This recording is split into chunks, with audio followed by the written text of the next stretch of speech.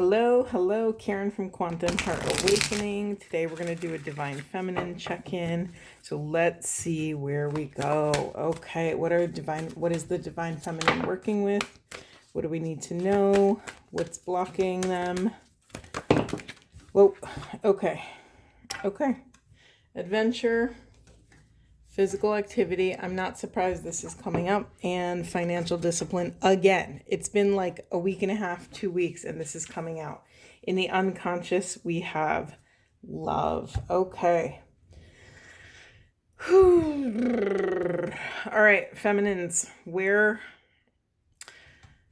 what's getting in the way of you taking care of yourself?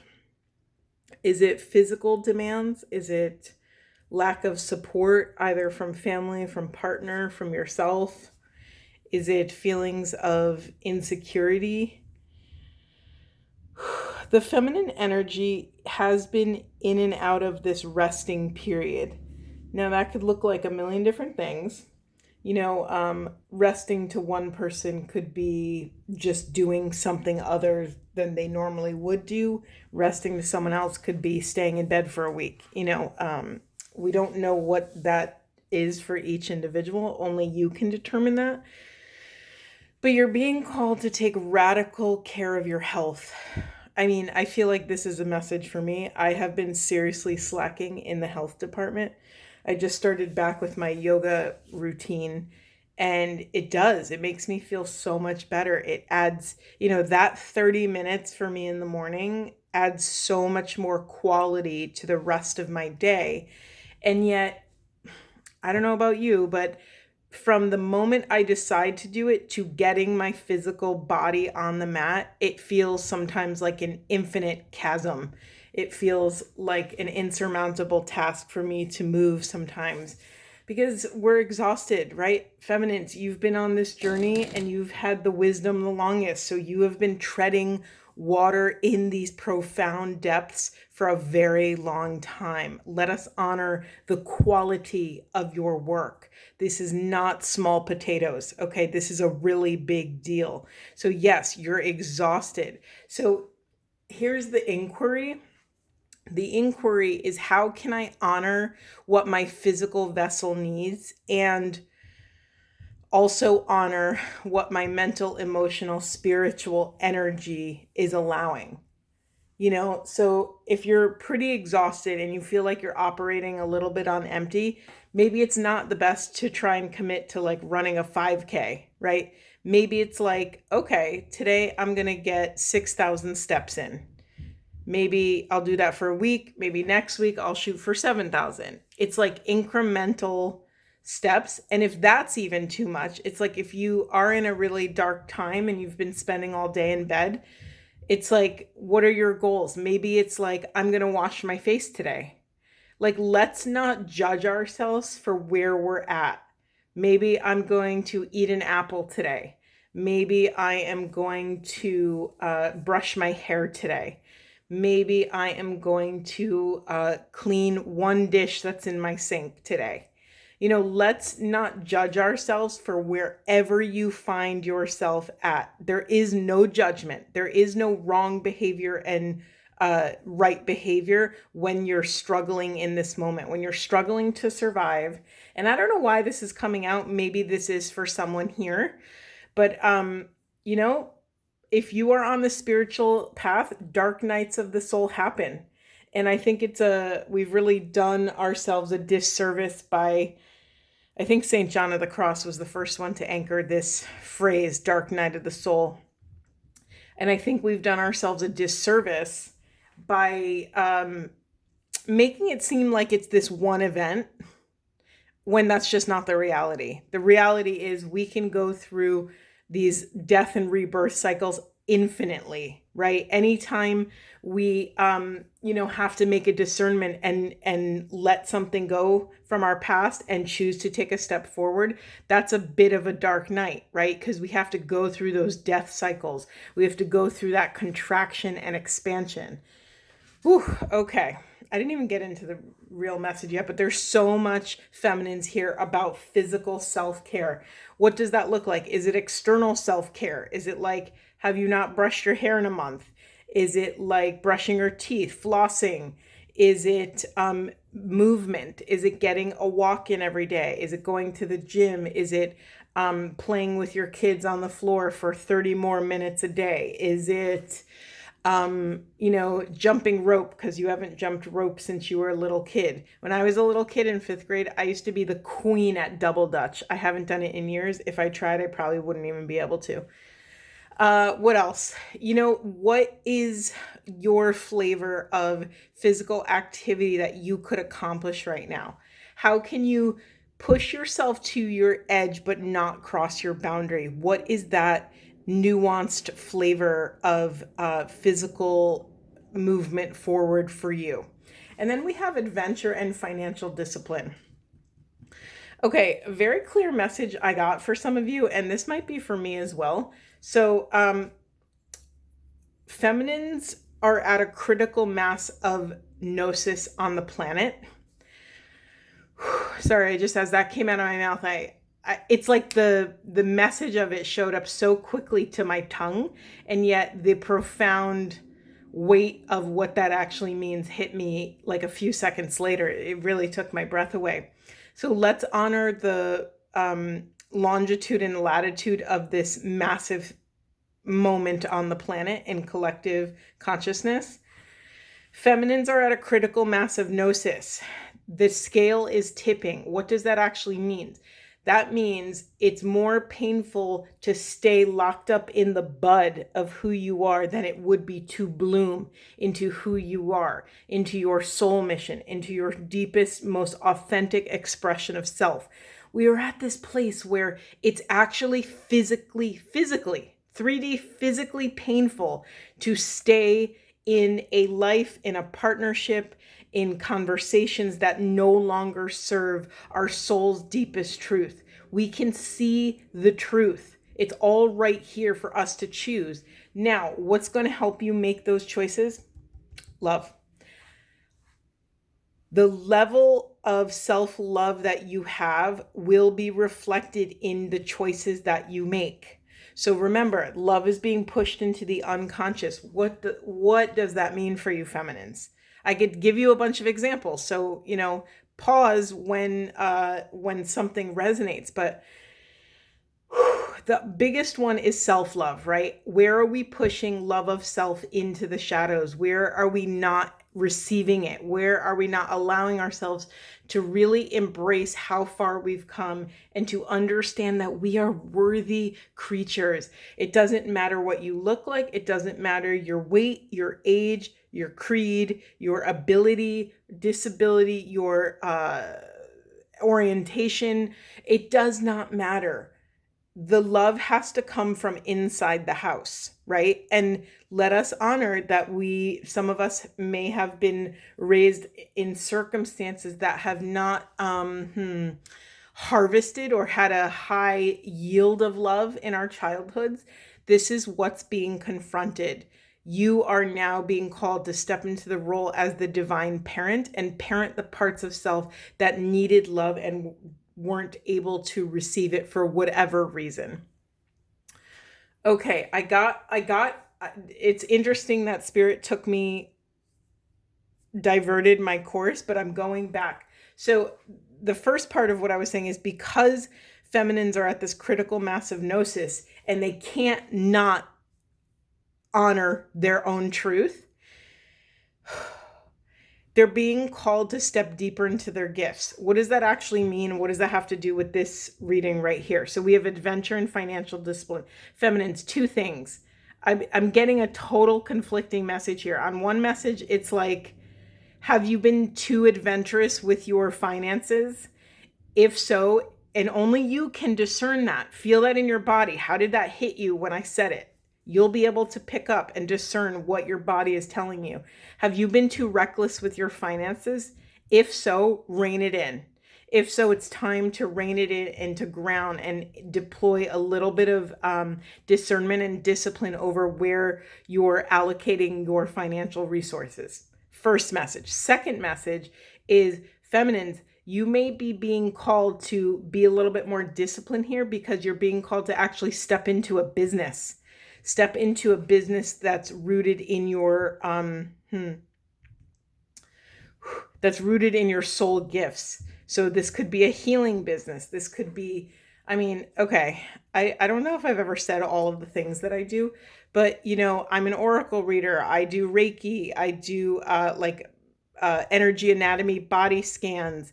I'm a coach, transpersonal educator. Like we all wear many hats on this spiritual path, because really every rung of the ladder that we climb to our own healing and wholeness, we're acquiring different skills along the way. So no one can tell you what you're going to be. That is for Source to gift you with an awareness, a recognition of the skills and talents and natural abilities that are flowing through you, and then just go, right? Unleash our hearts, unleash our truth, unleash this profound worthiness and love. If no one's ever told you, you are worthy to step into this healing discipline.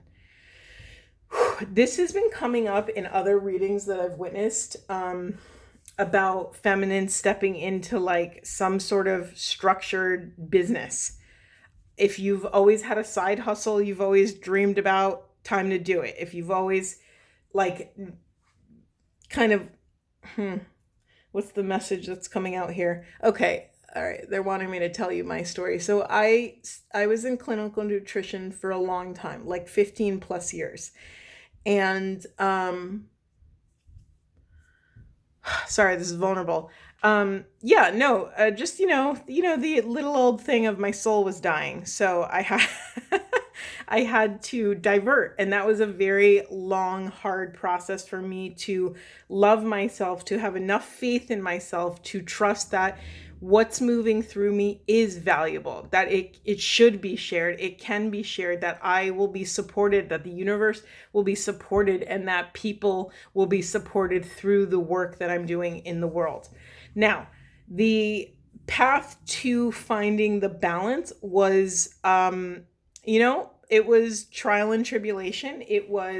I never thought even 2 years ago that I'd be reading oracle cards. It just wasn't something I aligned with. I was coaching at the time, and coaching, while absolutely incredible, and I've had unbelievable coaching mentors and training and different programs I've done and all these things, while it was unbelievable, and I respect, because there's a big difference between a good coach and a not so great coach, right? But we all start somewhere, not the point.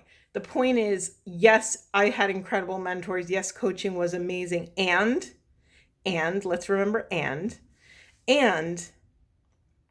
there was something lacking. There was something, you can't see me, I'm doing this. There was like a quality of love that didn't, the way I explain it, and it's just easier, it's like you're an artist, and your soul essence is to, like, your end goal dream is to work with charcoal, right? That's like, God knows that. You don't know that yet, but God's like, you know what? Karen's going to be the most incredible, inspiring charcoal artist.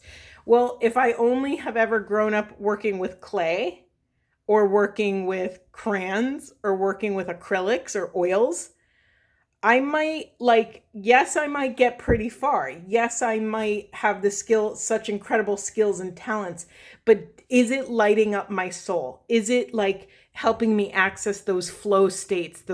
Am I able to unlock the waves of consciousness and ride those waves into kind of this transcendental, inspirational kind of state? No. So that's what it was for me with coaching. I thought it was so powerful, and there was something, a flavor of it missing. For some reason with oracle cards, for me personally, not everybody, but for me, it's like one of my favorite modalities. It's one of my favorite divination tools. It's like I get to paint with all the colors of the wind in this capacity. I get to coach, I get to teach, I get to have fun with all these beautiful oracle decks that I have acquired over the years.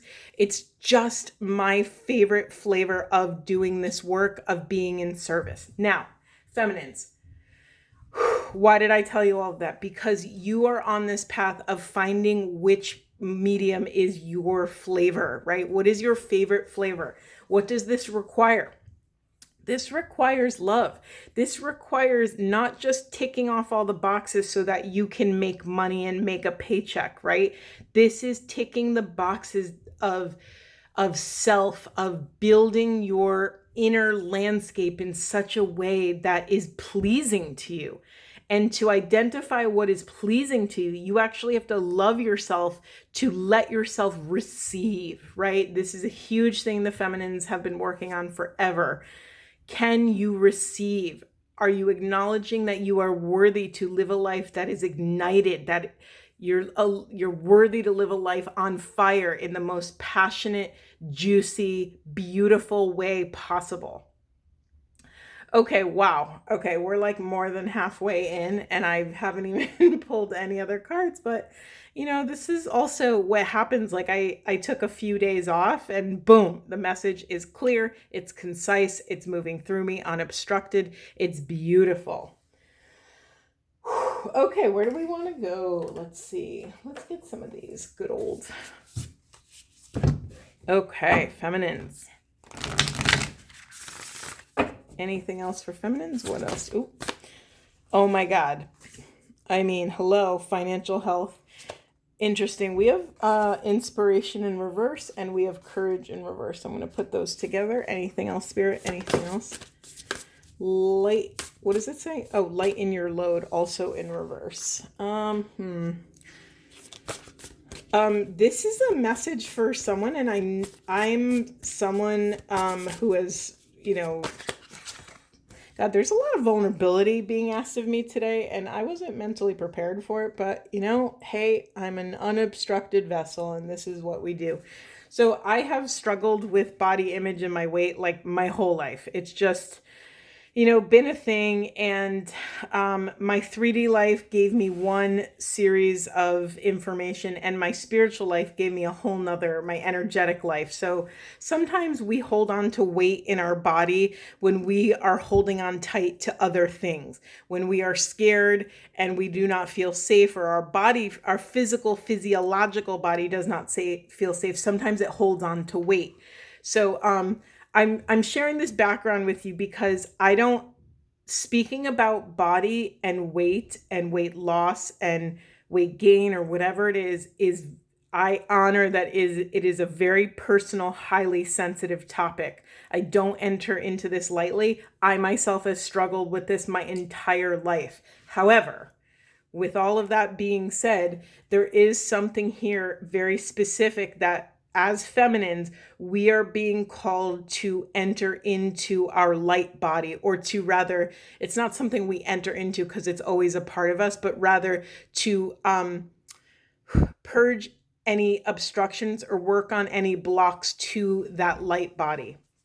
So this could be releasing the weight of people's feelings, emotions, of responsibilities, right? How often as feminines are we put in charge of a million other people's emotional labor, right? That's not ours to do. So this could be also shedding the weight of other people's emotional labor, emotional truths.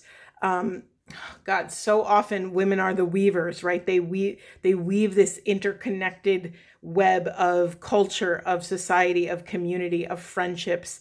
If you think of like a women's friend group and a man's friend group, it's usually, and we're trying to change this, right? We're trying to come back into balance so that men feel free to drop into like deep, vulnerable, emotional connection with other men. But it's usually lately, or for a very long time, the women that are weaving these kind of social webs. Okay, let me just get it out of the way and say the thing that originally came up. So yeah, there might be something here where we're being actually called to shed physical weight. I understand that's a very sensitive subject and can be triggering for some people. So honor your boundaries with this information. Do not shame self. Do not shame your ability or inability to take whatever steps forward. It's just what's coming through, and I have to be true to what's coming through. It's funny though, on a personal note, I have gained like 10 pounds in the last like chunk of time. And I have been noticing it's been very difficult to lose. So it's very interesting to start to not just hyper fixate on that one thing or on the number on the scale or on, one part of your body, but to really think about, okay, what is in my orbit right now around how I love my body? What comes up? What are the blockages? What are the obstacles I'm facing in loving this body? Where am I hyperfixating? Is it bringing up memories from the past? Anything that comes up around this physical vessel, feminines, is being brought up out of the shadows into the light to be healed, right? Give it to source. Know that you are worthy in whatever shape and form you are in this perfect moment. You are worthy. Nothing will make you more worthy. Nothing will make you less worthy. You come into this world as a soul, you incarnate, and you get a physical vessel that you are responsible for this lifetime, right? We are responsible for this vessel. And yes, while people, places, and things may cross our boundaries and we may have absolutely atrocious, horrific things happen to us, we still are responsible for that body after that thing happens, right? After the trauma, after that experience. So this spiritual path, it also includes the physical vessel, right? This is our transportation. This is our home. This is our temple, our sacred space that we want to feel good in. We want to feel that anytime we arrive in this home, meaning we're always in this home, right? But anytime the awareness of our home comes to the forefront of consciousness, that we feel good, that we feel loving, that it is a safe place to exist. Okay, sorry, there's so many other messages. I'm going to get a few more cards though, just in case. Anything else, Spirit, for Divine Feminines? Spirit Guide, yeah. Okay. Anything else, Spirit? Anything else? Let's just get it all. Yeah. Okay.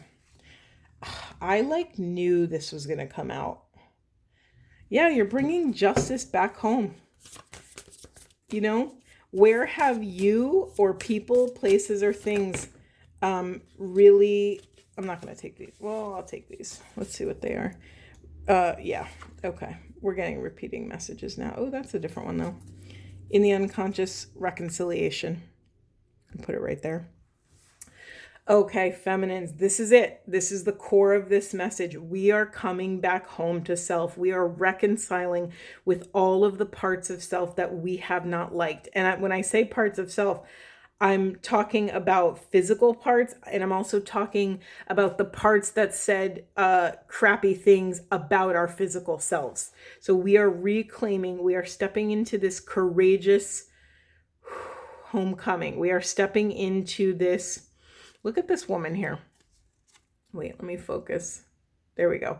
Look at this beautiful woman. Look at her, arms wide open. Her expression is... Oh my God, I was about to say demure because that word has been way too aggressively used in our culture lately. She's open and powerful to bringing justice, to balancing the scales. Oh, I didn't even realize that's the whole point. She's holding the scales. You think I would know these cards by now after using them every day. So we have protection in reverse, courage in reverse, inspiration in reverse. Okay. You are being called, feminines, to step into the patriarchal protector role over your home, right? This is your house. You are being called to reclaim yourself, to reconcile with your inner masculine, to bring the courage and fortitude to anchor this protection and balance the scales within your interior castle. I stuttered because I was teetering between internal home and interior castle. Interior castle, for those of you who don't know, was grounded by Saint Teresa of Avila. She talks about the 7 interior castles. You can read her book. You can drop into all of that profound wisdom, but I don't want to talk too much about that because we're going somewhere else. Okay, the whole point of this reading, we are stepping into deeper empowerment, right? When we can lean on our spirit, lean on our spirit guides, our soul crew, God, angels, your ancestors, whoever, whatever. When we create a solid spiritual home, we will always have a safe place to land. It will not matter what happens in 3D. You will always have some place to come home energetically, emotionally, spiritually. Okay. And this dreams card feels really, feels a little like an outlier. Oh, silly goose. I just realized. Yeah, so feminines, you are allowed to start dreaming regarding your mission and purpose, regarding you are allowed, you don't have to, just because you are a spiritual person doesn't mean that you're not allowed to enjoy money, to think about money, to want to make more money. There's something here about allowing this part of self to dream a little bit, to like sink into what's possible for yourself. What is possible? Like if you loved yourself completely, if you knew you were worthy, what's possible from that place, right? This is what we're learning to work with. And it might be a little janky in the beginning. It might be a little wobbly and weird to like actually allow yourself to dream. You know, are you someone that came from like a poverty mindset or a scarcity mindset?